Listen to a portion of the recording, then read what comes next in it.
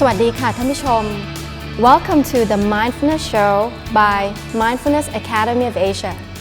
In this first episode, we are featuring the top neurologist of Thailand from Bumrungrad Hospital, คุณหมอเขตชัยเสือวรรณศรี But first off, we have amazing seniors from the American School of Bangkok who are here with us today to help me ask questions about the brain and how to live a healthy life.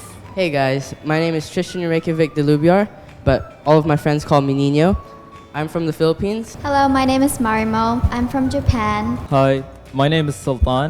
I'm from the United Arab Emirates. Hi guys, my name is Ben, Ben, and I'm Vietnamese American. Hi, my name is Hina Fernstron. I'm half American, half Japanese. My name is Wit and I'm a Thai American. Right next to me is คุณหมอเขตชัย or we call him Dr. John. สวัสดีค่ะคุณหมอ สวัสดีครับ สวัสดีครับ สวัสดีครับ Can I guess your age? Well, give it a try, give it a try. I think you're 22. Wow. I'll be here every day. And I know that you have 3 beautiful boys. Yes. Please tell me about them. Well, they're naughty a bit, A bit? like me. Oh, okay. And they have a lot of energy at Okay. that age. 11, the twins, Okay. 11 and 7. So, and all boys. You can imagine 3 boys in the house. Wow. Yeah, it's quite a chaos. So, as a neurologist, do you worry about their brains? Well, I mean, there are 2 factors about kids' brain when they grow up. The first one is what they got since birth, right? From father, from mother, genetic thing. And also how we raise them up, or the surroundings, environment. So the one that we can control is the second part. If you might not know, we are all seniors, and there's this thing we have called senioritis, which is the unmotivation, let's say, to not do stuff. Do you have any advice on how to build up your motivation to do certain projects or different assignments? Motivation, if you talk about the brain. When we talk about the brain, motivation is closely related with reward.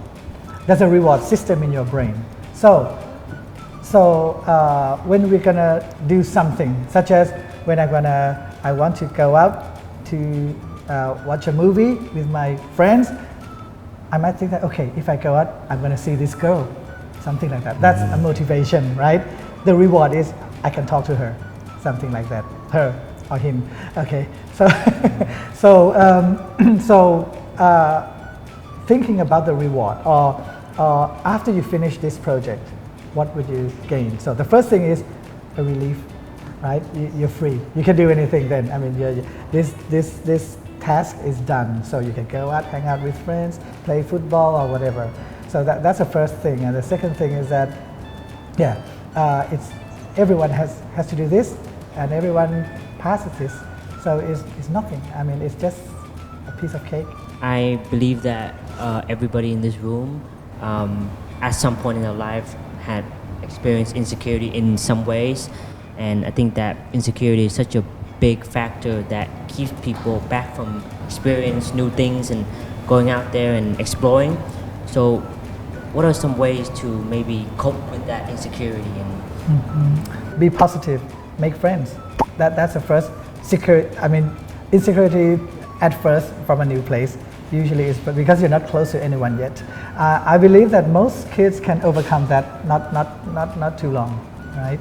And insecurity in studying, that's another one. So you have to try to evaluate yourself that why are you feeling insecurity?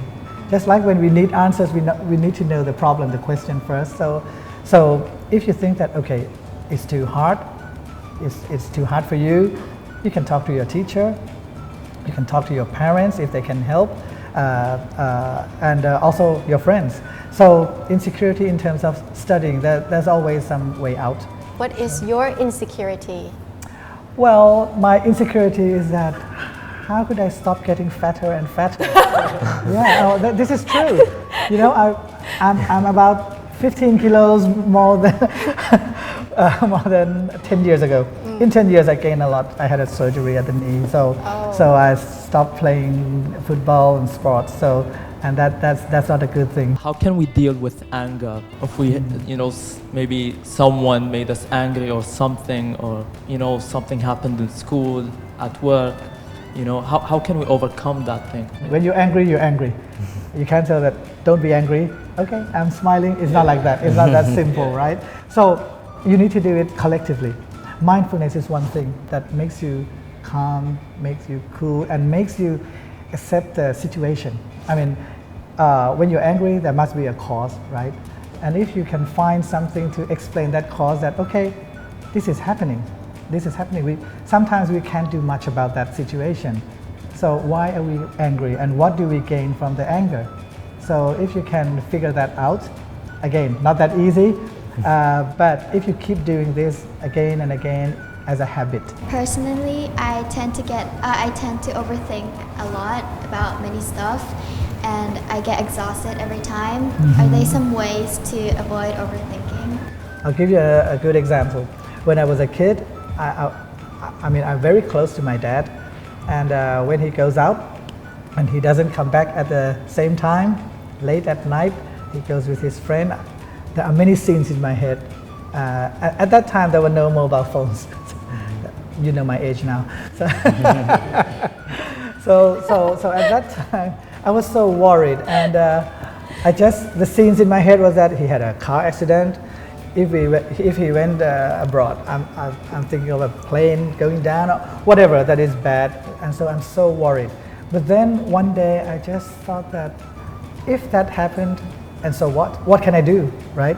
So if we just focus on the present right now without thinking of something that is not happening yet, that could lay you down quite a lot. As you all know, we're all seniors here, and it is very easy to get overwhelmed being by social media and homework and friends and family. So do you have any ways to deal with that? You set up priorities first. That's the first way. The second way is that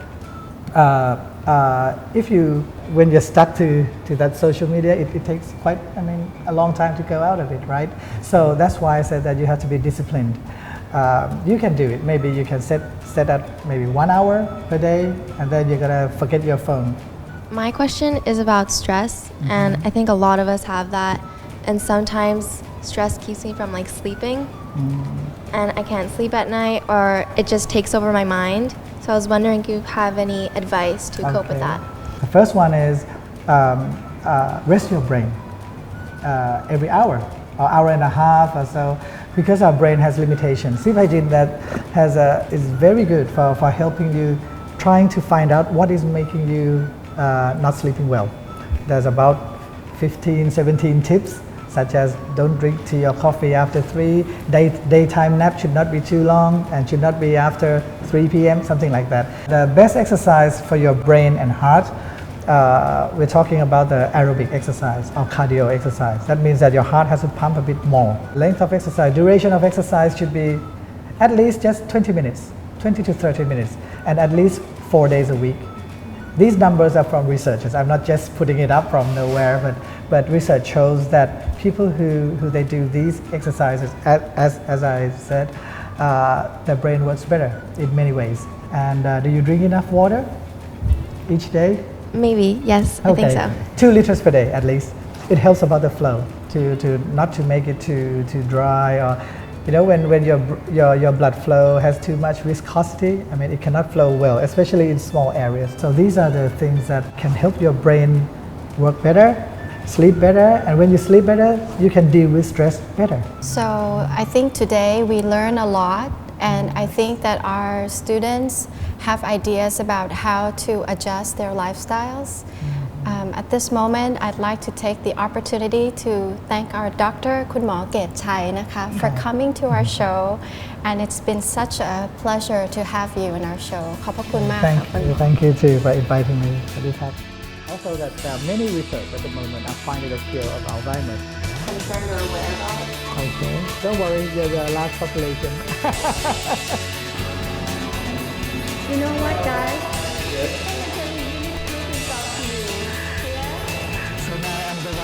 excited.